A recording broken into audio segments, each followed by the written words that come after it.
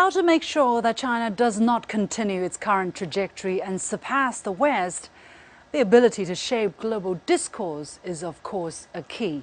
And the third deadly sin, lust, is all about that power. One example is how media mogul Rupert Murdoch can control public discourse through the media empire that he owns.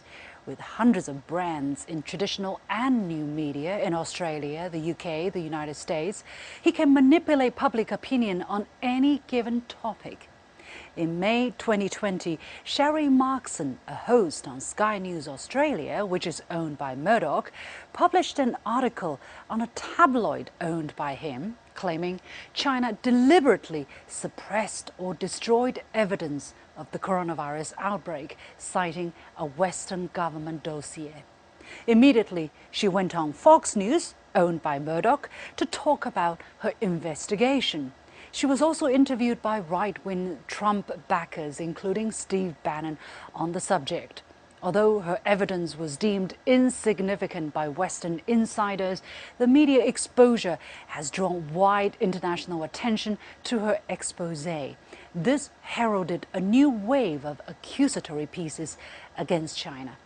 This pandemic came out of China, and it came out of China for a reason. Journalist and author Sherry Markson investigates the potential leak of the virus from the top-secret laboratory in China. Mystery surrounds the high-security lab at the Wuhan Institute of Virology that handles the world's most dangerous pathogens. Sky News Australia referred to her so-called documentary, What Really Happened in Wuhan, as revealing quote-unquote explosive revelations about the origin of COVID-19 without showing any solid evidence or conclusion. Same thing goes for the Wall Street Journal, another branch of Murdoch's empire, which produced its so-called news exclusives on Wuhan using unsourced and unproven evidence. Sherry Markson also published a book called What Really Happened in Wuhan with the publishing house HarperCollins. Guess what? It's still Murdoch's. He was either your worst enemy or your best friend. He then moved on to Britain, did the same thing, and then to the United States and did it again.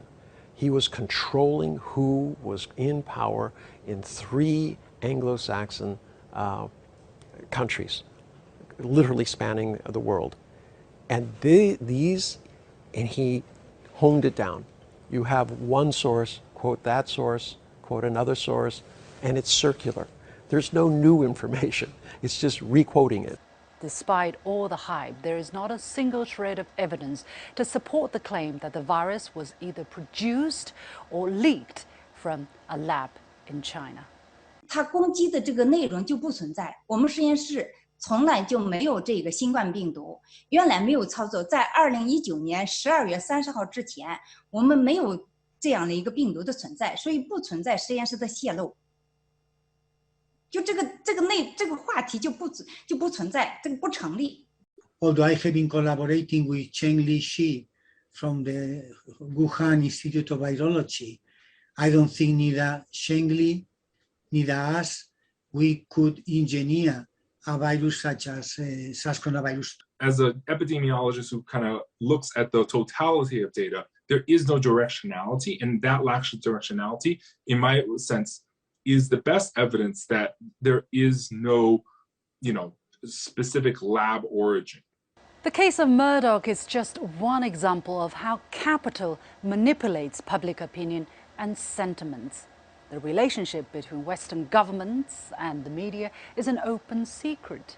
We often think that the United States has this free press, but actually the United States government and the press are very connected, and oftentimes all they serve is to paint a picture of China that is inhumane and quote unquote uncivilized. They also promote the policies that governments who are antagonistic towards China, like the United States, they are therefore justified. An apparent commonality in China-related reporting is tracing any responsibility all the way to the top Chinese leadership.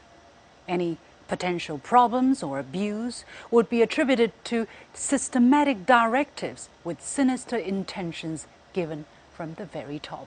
And so they're going to attack that system that is creating harmony, cooperation and progress inside China. This is what they want to undo. That's what this war is actually against, China's progress and its rise. And in order to undermine that, they have to find the source of that rise's strength. And that is exactly what they're doing by targeting the government, it's the leadership of the Chinese people,